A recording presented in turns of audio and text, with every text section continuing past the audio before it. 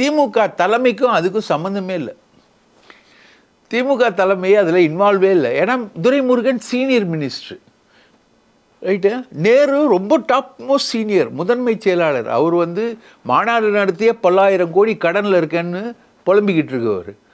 இவங்க துறைகளில் நடக்கக்கூடிய ஒர்க் எதுக்குமே வந்து எதுவுமே கிடையாது. திமுகவால் கட்டுப்படுத்த முடியாதுன்றீங்க. கட்டுப்படுத்த முடியல, இது வரைக்கும் முடியல. கரிகாலன் வந்து லண்டனில் ஒரு ஹோட்டல் கட்டியிருக்கான், 21,000 கோடி. அந்த ஹோட்டல் பக்கத்தில் தான் அண்ணாமலை போயிட்டு துரைமுருகனை சந்தித்து அங்கே தான் ஒரு பெரிய அமௌண்ட்டு சொல்கிறாங்க, 300 கோடின்னு சொன்னாங்க.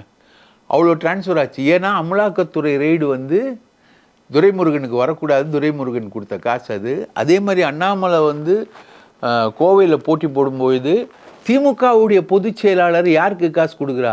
பாஜக தலைவர் வெற்றி பெறுவதற்கு 150 கோடி கொண்டு போய் கொடுக்கறது கரிகாலன்.